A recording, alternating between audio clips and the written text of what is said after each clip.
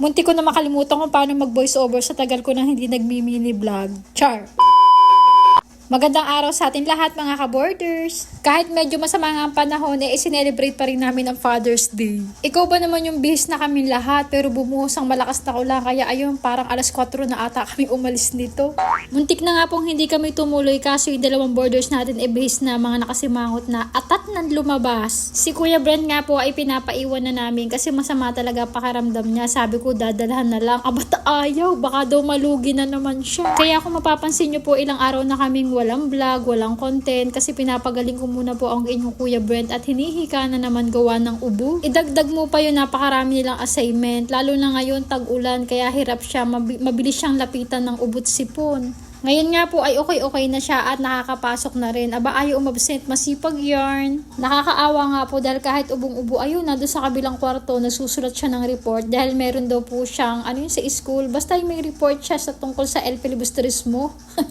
Kahit daw sumaba ang pakiramdam niya, basta matapos daw niya ang report para wala na daw siyang alalahanin sa school. Binata na talaga ang Kuya Brent natin, alaki na ng pinagbago. Pero ang ating Mickey Boy mukhang hindi na magbabago. Konting lakad pa lang, ito gutom na. Kaya yan, nag-siomay siya. Alam niyo po ba, sa bagal niya kumain, sabi ko sa kanya, iwanan ko na siya para makapag-grocery na ako ng kahit papaano at pasukan na nga kinabukasan dyan, wala pa silang pambaon. Eto naman si Kuya Brent nagunguy-nguy, bakit hindi ko rin daw siya binilhan? Kasi naghiwalay kami ng papa nila. Siya ang kasama ng papa nila, ako naman si Mickey. Hindi daw siya pinakain ng tatay niya. Oh, lugi ka ngayon. Kaya ngayon kinakalkal niyo mga pinamili ko, baka daw sakaling may makain siya.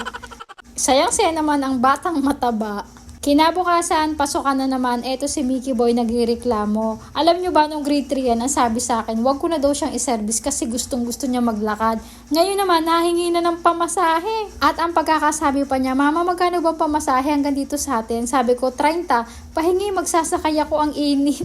Sabi ko, akala ko ba gusto mo maglakad? O ayan, ibinibigay ko na sa'yo. Ayoko na, nakakapagod pala. O ayan, ang sinasabi sa hula, katabaan mo nahihirapan ka na agad at pagod na din. Noong isang araw nga po, umuwi na ang sabi sa kanya, Mama, sabi ni teacher, mag-diet daw ako kasi overweight daw ako. Kaya ayun, unti-unti dinadiet na namin siya sa kanin. Nung hapon, sinundo namin siya kasi bumili ako ng silang pan para sa kanilang room.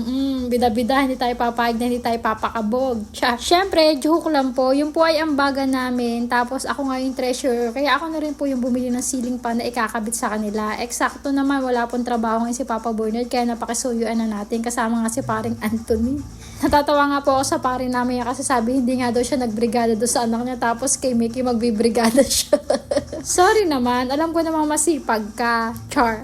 Alas 3 ang awasan ni Mickey kaya wala nang sinain ng sandali sila Papa Bernard at si paring Anthony. Eto kinabit na. 2 ceiling pan nga itong ikakabit nila tapos nagpahabol pa si Ma'am. Bali 6 na ata yung ceiling pan na dito. Sobrang init naman kasi lalo na sa tanghali. Buti na lang po yung iba ko talaga kamami hindi mahirap hingan kaya ito nag-ambaga na kami para naman maging hawahan ng mga anak namin dito habang nag-aaral. Wala na atang hindi alam gawin si Papa Bernard. Lahat kaya na. Baka papa namin yarn. Sure. Habang gumagawa si Papa Bernard, may isang matabati nung hayahay, tagapaypay pa ang nanay at pakanta-kanta pa. Walang araw na hindi tayo pinapatawan ng ating Mickey Boy dahil lagi siyang masaya. Yun naman ang gusto ko, yung wala siyang sakit, wala siyang nararamdaman. Happy lang. Akalain mo naman kahit hindi siya inuutusan, yung nakita niya madumi ang blackboard, eto nagkusa na, nilinis niya na.